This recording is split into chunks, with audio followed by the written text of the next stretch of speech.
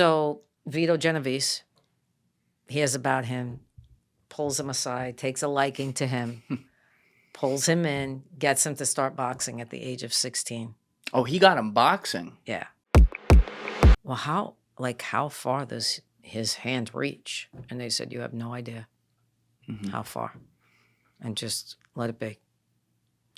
I said, all right. So now everybody, like they all knew, right? Now I'm the last to know. Okay. So now I'm covering like everybody else. Like, you know, his doctor would come in, right, to my grandmother's apartment and do an evaluation. Right? And Would he talk to him real slow? Like, hi, Vinny. No, he talked to him like normal, but you got to understand now, Bugs Bunny is on in the background. So he starts to mimic fucking cartoons. And now that I know what he's doing, I want to run under the table because I'm laughing. Right? And my grandmother's in the background in Italian going, Pia Medellin, like get him his medicine. He's crazy. And I'm looking at this whole thing going, oh God, get me the fuck out of here. Like, this is all nuts. I can't. Get him a carrot. He's Bugs Bunny. All right. Man. All right. What I want, I didn't want to stop you going. No, listen, I can go and go. This is amazing. Thank God you stopped me. like getting the background just there's a lot in there. Of you as a person. Forget your dad. Your dad's like a background player right there. But now I want to bring in your dad too. Sure. For people to get the story. Because now we know when you found out. We'll get to after that. And this is where Jim will be good too. Because he'll be able to kind of give I'd love to hear Jim's story. Some play-by-play of what the FBI, Kallstrom, and all those guys were doing. Yeah. But we've covered bits and pieces of your dad, but if we could just start at the beginning of, you know, who your dad's parents were. Absolutely. You know, where he was born, when he got into this life, all that stuff, and we'll go from there. So my grandma, Yolanda, and my grandpa, Sal, were born in Italy, in Santa Lucia. And they met. My grandmother was wealthy in Italy. They had servants. They were geared towards education. So she was extremely well educated. She was following in her father's footsteps to become a pharmacist, potentially a doctor. Wow. Okay. So education was very important for her. She was well versed in so many things. What happened was my grandfather witnessed something of the Black Hand. Now, the Black Hand in Italy is the Mafia. Yes. And in that day and age, they didn't just go after the person to kill them for maybe. They went after the whole family. Yep. Godfather Part 2 opening scene does a good job explaining that. Yeah. So he got approached and said, you know, they approached him and says, we want you to testify, the police and all of that. Then he got approached by the Black Hand and said, if you testify, we're going to kill you and your whole family. So what he did was, he was a pharmacist. He overdosed on, it's called strychnine, which was poison. And he killed himself. Unbeknownst to my grandmother, was going to come here and have what she had with my father and everything. It really began there. Okay? Wow. So then it comes full circle, right? So she had met my grandfather because he was not completely well, so he would be in and out of the pharmacy. They end up falling in love. He wants to take her back to the States because his family is in the States. And what do they, you know, back then they all think, okay, I'm married, I got to follow my husband, right? The mother begged her to stay. My great-grandmother was a, what do you call them? She was, she probably birthed half of Naples. Oh, like a midwife? She was a midwife. Oh, yeah. okay. She birthed half of Naples. And she didn't want my grandmother to go. She would actually send my grandmother money for a one-way ticket to come back. So, story goes along. The first Vincent is born. This was not my father. Okay, first Vincent. First Vincent. They take a trip to Florida. I'm sorry. They take a trip to Italy. And in that trip, he ends up passing.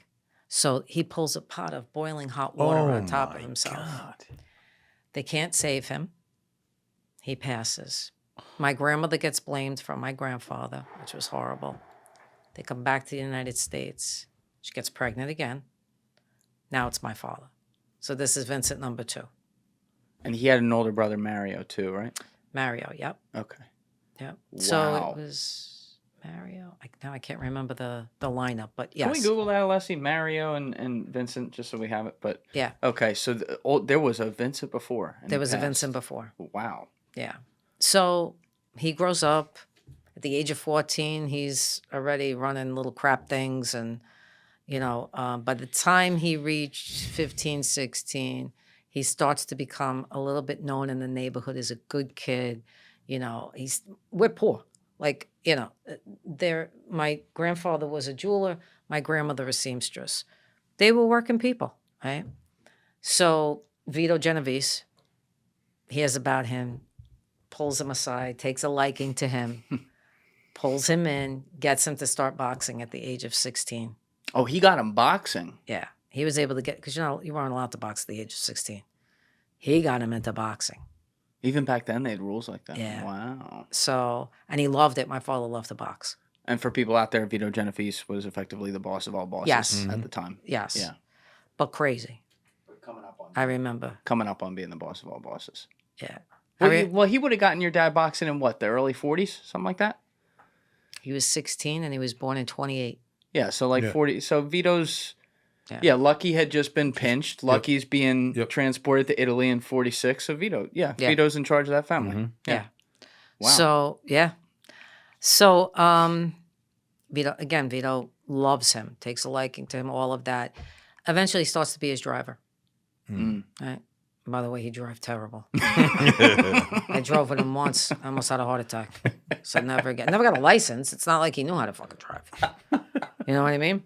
So Bet you had a PBA card. I'll bet he did. I don't Paid even know. $50 for that. I don't even know if he needed that. Maybe he tipped him 50 at the police, and that was the end of it. Got to get that Bob Servino PBA. Get you out Gotta of shit, get man. it. Gets you out of everything. Oh, I my see. God. So the more and more Dad started to do things with Vito, the more Vito trusted him, took him under his wing, taught him everything. The more my dad started to see the money and the power and all of that, you know what happens to the ego. Oh, yeah. The ego takes over.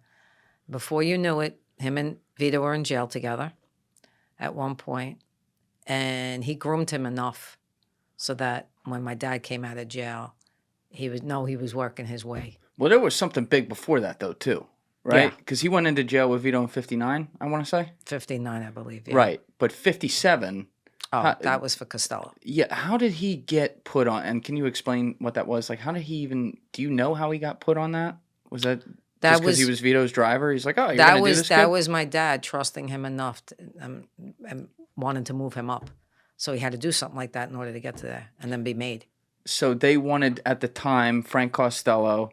So actually, I'm sorry, Frank Costello was still the boss of that family. He took over from Lucky. He was the boss of all bosses, and your father attempted in public to kill him, and the bullet went, I believe, like around his skull, like it went up the temple and around the skull. So it was just hit an the hat. injury. I believe it hit his hat, and then it like scathed him, but it wasn't. Didn't kill him. Didn't kill him. But your dad gets arrested, put on trial. Costello comes in and goes, I couldn't see him. Yep. And That was it. And Costello retires. This is what's amazing to me. Yeah. And my dad lives. And your dad and Costello, like outside the courtroom, your dad's like, thanks, Frank, or something like that. And there was like an understanding there, and they went like, that's unheard of in the Mafia. Like, even if he goes in there because they don't testify against each other and says, I didn't see him, your dad's dead 10 days later. But he wasn't. And then like, that's crazy that he lived through that. Yeah. And by all means and purposes, he shouldn't have. Yeah. But he was like a son to Vito. So, yeah, and that's how he came up through the ranks, strategically, methodically. I have to tell you, as much as Vito taught him, he truly was different than Vito in a lot of ways. Vito was very, very, if he even thought somebody was coming for him, they were gone. And my father wasn't like that. He was very fair. There were rules, and it was old school, and that was it, you know? And even then, he had to make sure before he did anything. Thank you for watching the video, guys. If you haven't already subscribed, please smash that subscribe button and check out this clip's full podcast episode by clicking here or in the description below.